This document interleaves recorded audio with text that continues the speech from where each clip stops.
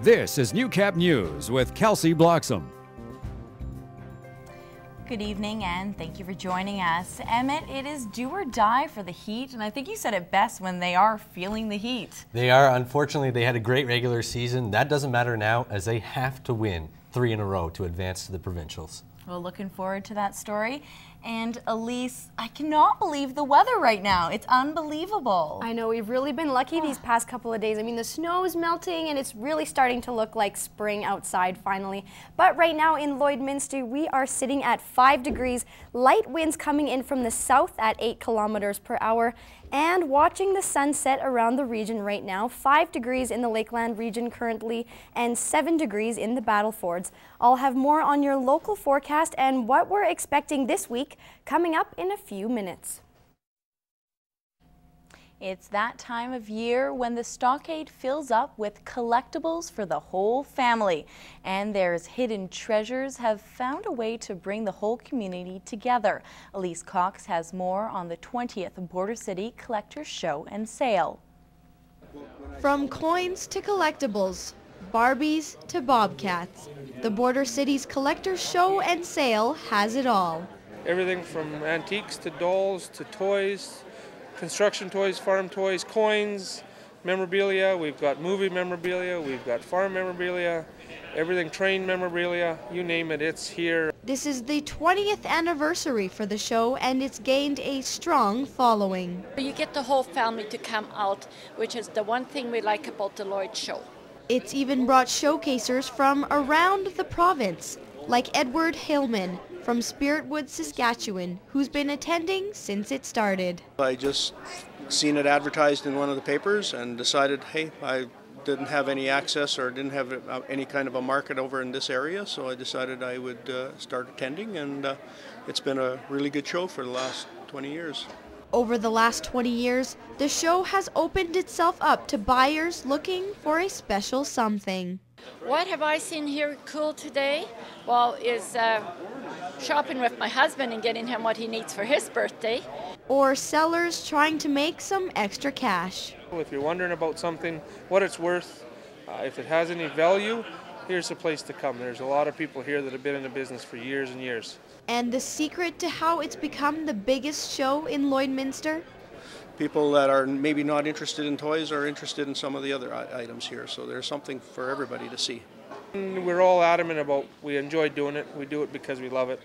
And because every year, collectors keep coming back with bigger and better treasures. Anybody's out there interested in anything at all, come on out and have a look because there's lots to see. Elise Cox, Newcap News. The Lloydminster exhibition grounds were taken over by babies today for the Bellies and Babies extravaganza. Carrie McCullough shows us how local moms and dads, along with their children, attended the trade show filled with vendors and everything baby-friendly. It was a family-friendly day in the Alberta building as local moms tried out new products and shopped for baby-friendly items while children enjoyed many different activities. You can bring your kids. We don't care if they're crying or screaming or laughing loudly. It's the place to come if you have kids. Schmaltz felt Lloydminster needed to offer more for new mothers and families. I kind of, a few years ago, started off just focusing on babies, kids under one kind of thing. And then it kind of grew into the show. I'd have moms in, we'd be talking, and I just said there's nothing in Lloyd focusing on families and babies, so I put the event together. Attendees were entered into a grand prize draw to win a high-end crib from Baby of Mine, a local business supplying baby furniture and accessories. It retails for about $1,000, so very special crib. Again, it's made in Canada, and everybody should come down and take a look. A fashion show, baby race, and other contests from different vendors topped off a fun-filled day for families, and everyone was very pleased with the turnout. I think it's really good for Lloydminster. You know, this type of thing, you know, comes once a year, and everybody's kind of looking for the new and cool things that are out there, and I think it's just really good for Lloydminster. Carrie McCullough, Newcap News. Don't forget to set your clocks ahead an hour tonight when you go to bed, as daylight savings time is upon us once again. The time will go ahead an hour as of 2 a.m. Sunday morning. And while you set your clocks back, the Lloydminster Fire Department would like to remind you to also change the batteries in your smoke detectors. Having a set time to change them will help prevent tragedy, as on average, fire kills 8 Canadians every week. Residential property fires account for 40% of all fires and a staggering 73% of all fire deaths. Most of these are caused by human carelessness. Emmett joins us now with a look at sports, and it was a nail-biting game for the Border Kings last night. Yeah, they've been used to this in the Alberta Provincials. They went to a game 3, overtime it went down to, and now they had to do it all over again against Rosetown. After a tough loss in Game 1, the Lloydminster Border Kings picked up a 3-2 win in Rosetown, forcing the third and deciding game last night at the Civic, waiting for the winner a berth in the Saskatchewan Provincial Finals. In the first, Lloyd looking to strike first. Josh Zim with the dipsy doodle around the defenseman, but is unable to pull the trigger fast enough and hits the outside of the net. Other way, Rosetown on a 2-on-1. Casey Lee's shot is stopped. Border Kings can't clear. Chad Starling tees one up from the point. Rebound goes to Williams, but he puts it wide. Under a minute to go in the first, Carter Smith hits Jared Jago, who is driving to the net. He slides the backhand home to give the Red Wings a 1-0 lead. Seconds later, Jago looking for his second. Chris Westblom, though, slides over to make the huge pad save. In the second, Rosetown strike again. Starling's shot gets deflected by Adam Creasy and in. Wings now up by a pair. Border Kings on the power play, working the puck around Steven De Silva, finds Derek Allen in the slot, but he rips the shot off the crossbar. More Border Kings. Later on, Travis Clayton's pass finds a way to Aaron Starr. He slides it 5-hole to cut the lead in half. It's 2-1. Not done there as De Silva moves in on the partial break, but is unable to beat Jeff Harvey. We go to the third, still 2-1 when Aaron Phillips comes up with a nice move in tight to tie things up at deuces.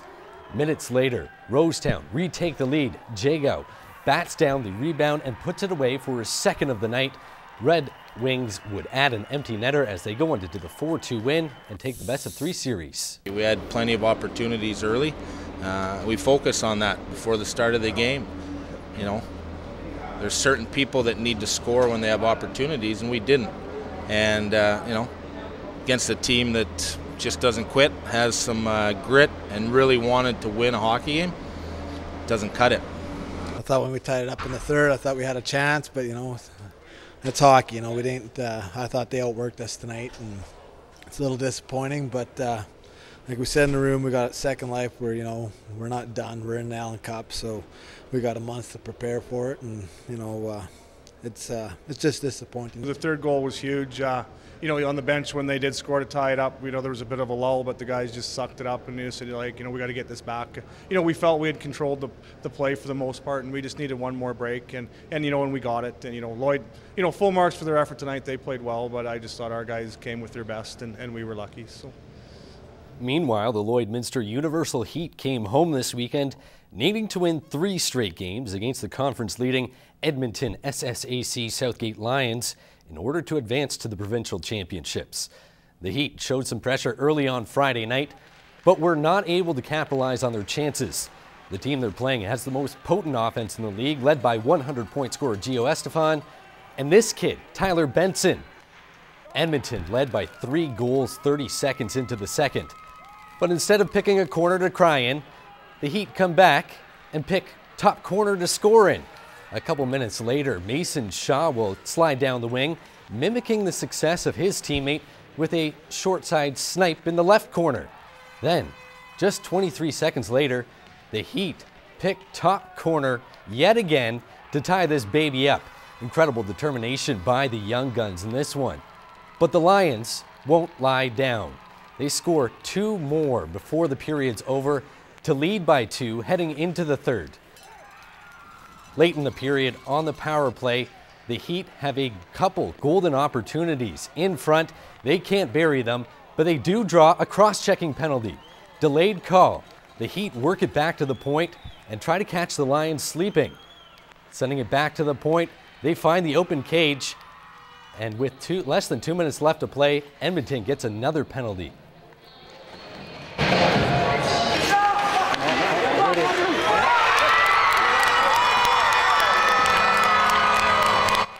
Andrew Kep sends it to overtime with 1:32 to play. In the extra period, Gio Estefan left alone in front. He can't put it away, and that leads to this.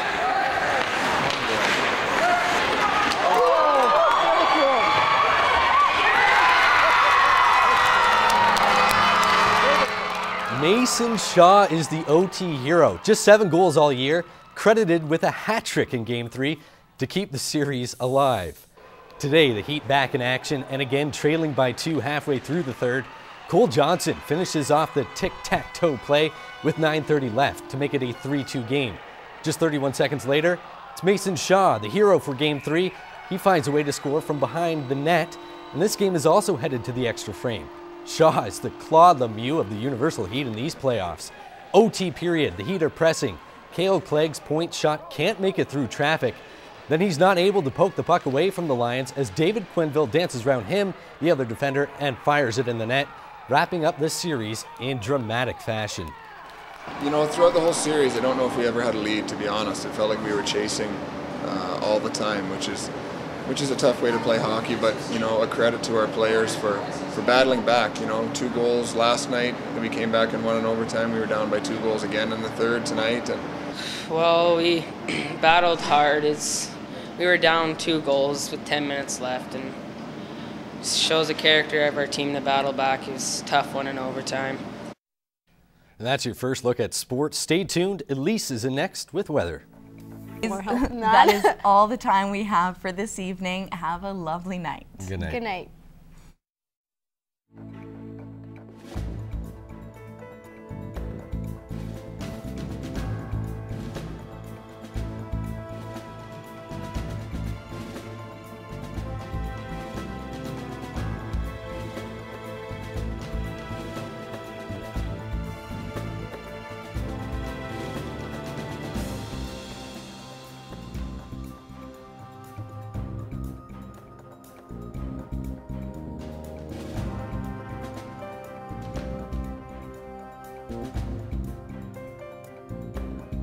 Makeup provided by Vivid Hair and Aesthetics.